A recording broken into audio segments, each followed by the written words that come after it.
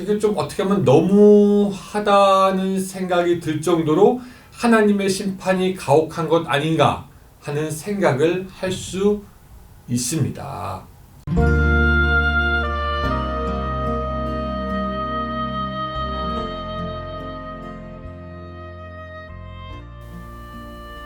행복한 교회 승리하는 성도 여러분, 예수 안에서 풍성해지는 복된 삶이 되시기를 바랍니다.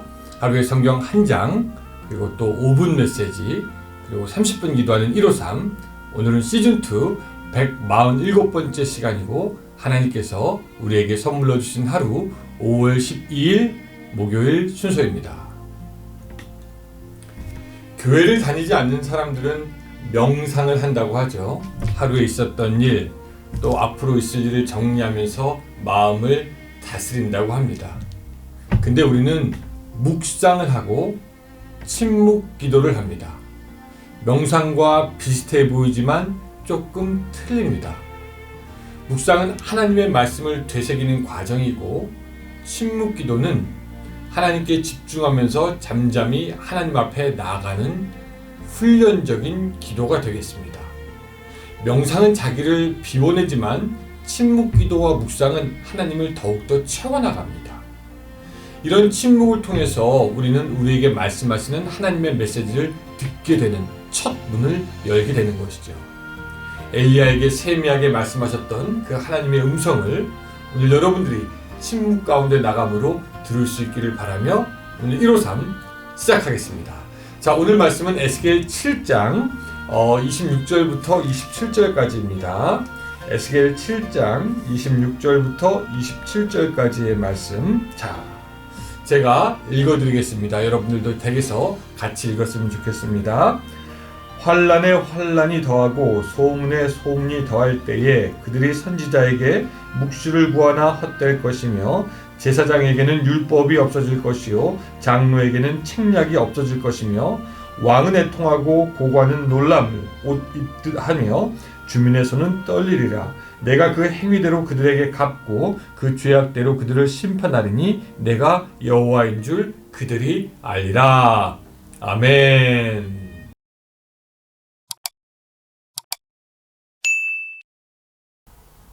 오늘 본문도 역시 하나님께서 이스라엘을 심판하실 것을 우리에게 말씀하시는 장면이 나옵니다.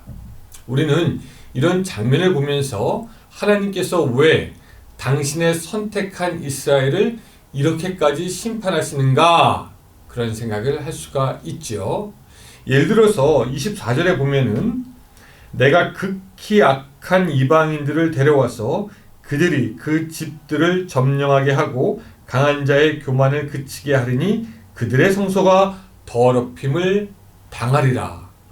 여러분, 너무 무서운 심판의 말씀이고요. 또 21절 타국인의 손에 넘겨 노력하게 하며 세상 악인에게 넘겨 그들이 약탈하여 더럽히게 하고. 그러니까 이런 말씀들 보면서 우리는 이게 좀 어떻게 하면 너무하다는 생각이 들 정도로 하나님의 심판이 가혹한 것 아닌가 하는 생각을 할 수 있습니다. 근데 우리가 알아야 하는 것은 뭐냐면요, 이스라엘은 그들이 한 일에 대해서 공의로운 하나님의 심판을 받고 있다라는 사실입니다. 우리는 하나님의 성품을 생각할 때 자비하시고 은혜가 많으시고 또 사랑이 많으시고 그런 성품을 우리는 잘 알고 있습니다. 그런데 그 사랑이 큰 만큼 하나님은 또한 정의로우시고 의로우시고 악한 것을 심판하시며 멀리 하시는 분이십니다. 이것이 오늘 우리가 첫째 알아야 할 것입니다. 사랑이 크신 만큼 또한 공의롭고 정의로우신 분, 첫 번째 우리가 여기서 알아야 됩니다. 그래서 하나님은 이스라엘 백성을 심판하시는 것입니다. 선택받은 백성일지라도 하나님은 그들을 죄악에 따라 심판하십니다. 생각해보면은 하나님이 선택한 이스라엘이라고 해서 어떤 죄를 지어도 어떤 잘못을 해도 하나님이 심판하시지 않고 침묵한다면은 오히려 더 그것이 이상하고, 만약에 그런 하나님일 것 같으면은 우리는 그런 하나님, 팔은 안으로 굽는 하나님을 신뢰하지 못할 것입니다. 지금 바다 건너 한국 사회에서는 공정이 이슈인데, 하나님이 이스라엘을 봐주시고 공정하게 심판하지 않는다면은 하나님은 공정하고 정의로운 하나님이 될 수가 없는 것이지요. 그 공정하신 하나님이 그래서 오늘 우리도 그렇게 공정하게 심판하게 되는 것을 우리가 알아야 됩니다. 그래서 우리는 사실 하나님을 더욱 두려워할 수밖에 없습니다. 택한 백성을 정의로 심판하시는 그 하나님이 오늘 우리라고 해서 봐줄 것이 아니다라는 것이고, 우리라고 해서 심판을 안 하시는 것이 아닙니다. 그것을 로마서 11장 21절에서는 이렇게 얘기하고 있죠. 하나님이 원 가지들도 아끼지 아니하였은즉 너도 아끼지 아니하시리라.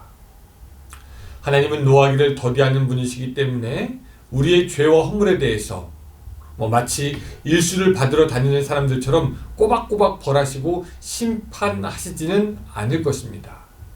그저 아버지의 마음으로 끝까지 우리가 돌아오기를 바라실 것이고, 끝까지 우리가 회개하여 하나님 앞에 바른 길로 가는 것을 원하실 것입니다. 그러나 우리가 그렇다고 해서 그 하나님의 오래 참으심을 시험한다면 우리 역시 심판을 받게 되는 것이죠. 하나님께 속히 돌아올 수 있는 여러분들이 되어야 합니다. 자, 그리고 두 번째, 또 하나 여러분들과 나누고 싶은 것은 무엇이냐면요, 하나님의 심판이 임박하였을 때는 나타나는 증상이 있다는 것입니다. 그 증상에 대해, 현상에 대해서 26절은 이렇게 우리에게 말씀하고 있습니다. 자, 26절.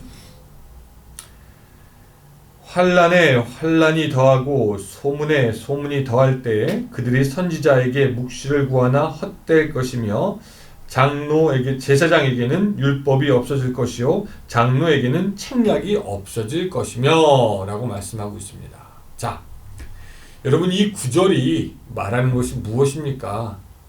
불행한 소식, 골치 아픈 일들이 계속 더하게 될 것이다 라고 우리에게 이야기하고 있고요, 불안한 소식이 끊어지지 않을 것이다 라고 이야기하고 있습니다. 근데 이제 사실 그 다음부터가 더 중요해요.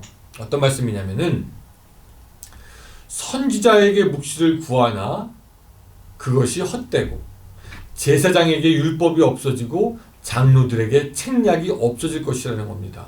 즉, 하나님이 어떠한 방법으로든지 이스라엘과 같이 이야기하지 않겠다는 것이고, 하나님이 어떠한 방법으로든지 죄악을 지은 우리를 심판하실 때 말씀하시지 않겠다는 겁니다. 즉, 하나님의 길을 구하나 얻지 못하고 말씀의 인도를 받고자 하나 하나님은 침묵하실 것이고, 지혜를 찾고자 하나 받지 못할 것이다 라는 그런 말씀이 되겠습니다.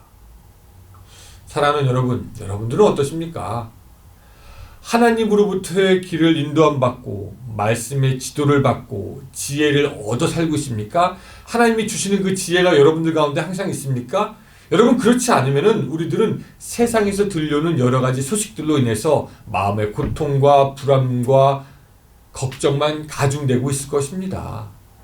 여러분, 하나님의 말씀을 듣느냐, 세상의 고통스러운 소식을 듣느냐, 그 둘 중에 하나인 것입니다. 여러분들이 하나님으로부터 인도함을 받고 말씀을 통해 지혜를 얻는다면 다행이거니와, 만약에 그렇지 못한다면은 우리는 하나님께 나아가 관계를 회복하며 하나님으로부터 들어야 합니다. 하나님이 여러분들에게 계속 침묵하지 않으시도록, 성령님이 여러분들 마음 가운데 소멸하지 않도록 우리는 깨어 있어야 하는 것이죠. 사랑하는 여러분들이 하나님의 그 정의의 성품을 더욱더 더 잘 알고 하나님과 교제하며 인도함을 받아 이스라엘이 저질렀던 그 어리석음을 반복하지 않게 되시기를 주님의 이름으로 축원합니다. 기도하겠습니다. 사랑의 하나님, 하나님은 사랑이 크신 만큼 또한 공의로운 분이시기에 우리를 심판하시는 분이신 것을 우리가 압니다. 주여, 그 하나님 앞에 우리가 겸손하여 엎드려질 수 있도록 도와주시고 하나님의 말씀이 끊어지는 그런 비극적인 역사가 우리 가운데는 있지 않도록 주님께서 도와주셔서 날마다 하나님으로부터 듣고 교제하며 하나님과 같이 걸어가는 우리의 삶이 될 수 있도록 도와주시옵소서. 예수님의 이름으로 기도드리옵나이다. 아멘.